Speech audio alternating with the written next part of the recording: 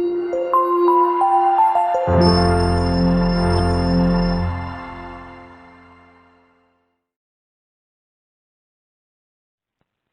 selamat malam saudara-saudaraku yang saya kasihi dalam Tuhan Yesus. Kembali saya Pendeta Hibrata Salata boleh menjumpai saudara-saudara semua lewat sapaan firman Tuhan pada malam hari ini melalui channel Berita Injil edisi tanggal 12 Juni tahun 2022. Kiranya saudara-saudara semua dalam keadaan sehat kuat, dipenuhi berkat-berkat Tuhan, sukacita dan damai sejahtera dari Tuhan. Kita akan membaca dan merenungkan firman Tuhan, tapi sebelumnya kita minta tuntunan Roh Kudus, kita berdoa. Kami bersyukur kepadamu karena di dalam dan melalui Yesus Kristus kami boleh menikmati anugerah Allah yang begitu luar biasa dalam kehidupan kami. Khususnya sepanjang hari ini kami boleh kembali dipersekutukan oleh Tuhan di rumah-Mu yang kudus bersama dengan saudara-saudara kami untuk menikmati persekutuan dengan jemaat Tuhan dan juga dengan Tuhan. Malam hari ini Tuhan, sebelum kami beristirahat, kami akan membaca dan merenungkan firman Tuhan. Kami mohon kuasa Roh Kudus menaungi setiap kami, mengurapi kami untuk kami boleh dimampukan oleh Tuhan mengerti dan memahami akan kebenaran firman. Ampuni salah dan dosa kami Tuhan. Terima kami yang datang bermohon. Dalam nama Tuhan Yesus kami berdoa. Amin. Saudara-saudara, firman Tuhan pada malam hari ini saya pilih dari kitab Ibrani pasalnya yang kelima. Ibrani pasal 5 ayat 1 sampai ayatnya yang ke-10. Firman Tuhan. Sebab setiap imam besar yang dipilih dari antara manusia ditetapkan bagi manusia dalam hubungan mereka dengan Allah, supaya ia mempersembahkan persembahan dan korban karena dosa. Ia harus dapat mengerti orang-orang yang jahil dan orang-orang yang sesat, karena ia sendiri penuh dengan kelemahan, yang mengharuskannya untuk mempersembahkan korban karena dosa, bukan saja bagi umat tetapi juga bagi dirinya sendiri.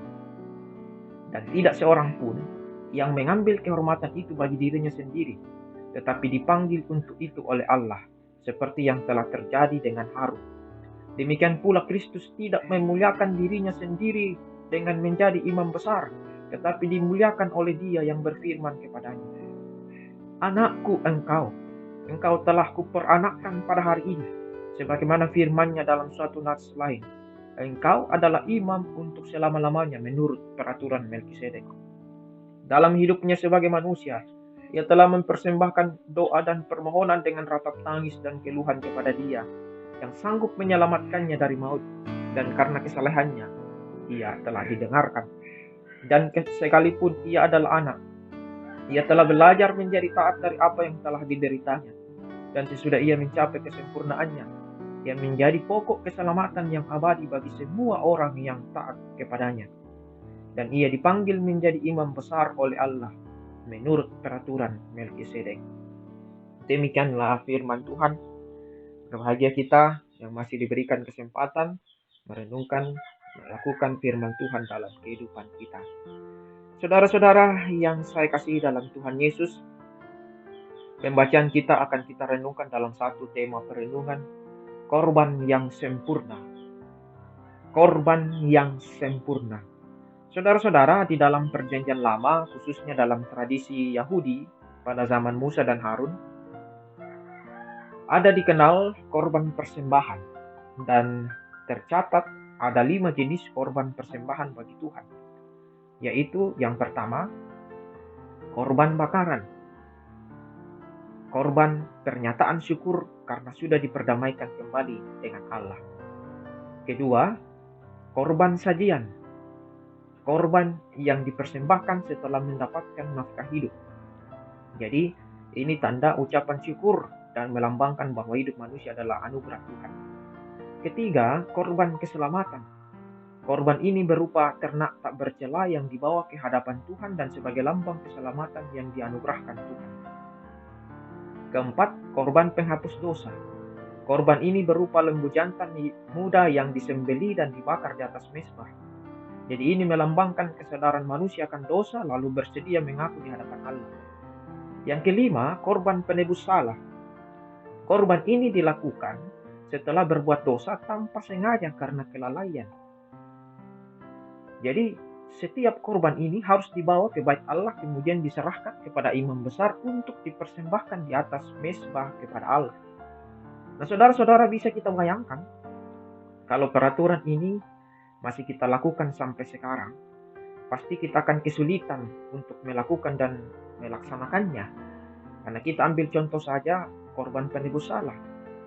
Kita bayangkan dalam satu hari saja kita melakukan dosa yang tidak sengaja, anggaplah 5 kali, baik dari kata-kata kita, pikiran kita, ataupun perbuatan kita.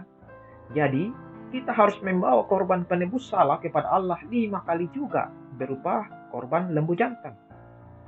Pasti kita akan merasa berat, pasti kita akan mengeluh, tetapi itu tetap dilakukan, karena itu tuntutan hukum Taurat pada zaman Perjanjian Lama. Dan mau tidak mau harus dilakukan oleh orang Israel pada zaman itu.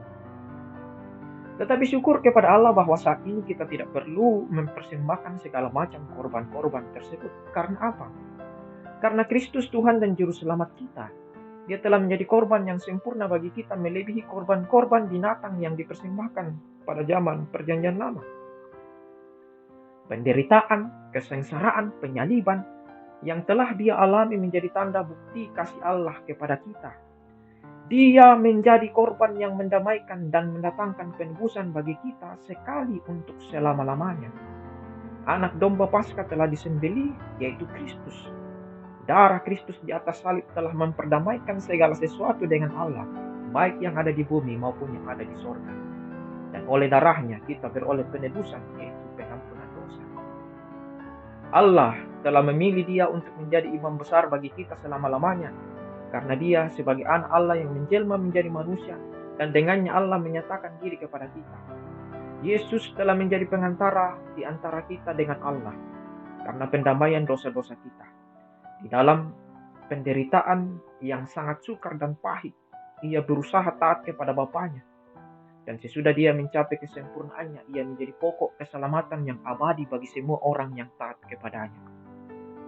Saudara-saudaraku, Yesus Kristus adalah korban yang sempurna satu kali selama-lamanya. Oleh karena karya keselamatan yang telah dilakukannya, kita kembali dilayakkan menjadi anak-anak Allah, umat yang kudus, umat yang telah ditebus dan layak memperoleh hidup yang kekal. Untuk itu dalam anugerah keselamatan yang telah diberikan kepada kita selaku gereja yang masih ada di dalam dunia dituntut untuk hidup dalam iman dan kekudusan. Hidup dalam iman dan kekudusan berarti menyerahkan seluruh hidup kita kepadanya, dan itu berarti kita harus bertobat, meninggalkan dosa-dosa kita, senantiasa mencari kehendaknya, taat dan setia walaupun dalam pergumulan dan persoalan hidup. Saudara-saudaraku, melalui firman Tuhan pada malam hari ini, ingatlah bahwa kita telah ditebus bukan dengan korban binatang, tetapi dengan darah yang mahal. Tuhan kita Yesus Kristus telah menanggung segala dosa kita. Jadi hiduplah dalam iman dan kekudusan, maka Allah akan menyempurnakan sukacita kita. Terpujilah Kristus. Amin. Mari kita berdoa, saudara-saudara. Bapa kami dalam sorga, kami sungguh bersyukur karena melalui pengorbanan Kristus di atas kayu salib, itu menjadi korban yang sempurna satu kali untuk selama-lamanya, untuk menebus dosa-dosa kami. Dia telah menggantikan kami di atas kayu salib untuk menanggung hukuman yang harusnya kami dapatkan. Tetapi karena kasih Tuhan, Dia telah memberikan segalanya untuk kami, anak-anaknya. Kami bersyukur untuk kebaikan, kasih, pemeliharaan yang begitu luar biasa yang Tuhan nyatakan. Ajar dan tuntun kami Tuhan sebagai anak-anak-Mu untuk menghidupi kebenaran firman Tuhan hari demi hari, khususnya untuk menampakkan kehidupan yang sungguh-sungguh berkenan di hadapan Tuhan, dalam hari-hari hidup kami. Bapa kami dalam surga, malam ini kami akan beristirahat. Kami mohon penyertaan perlindungan Tuhan atas kami, sehingga kami boleh beristirahat dengan baik, dengan nyenyak.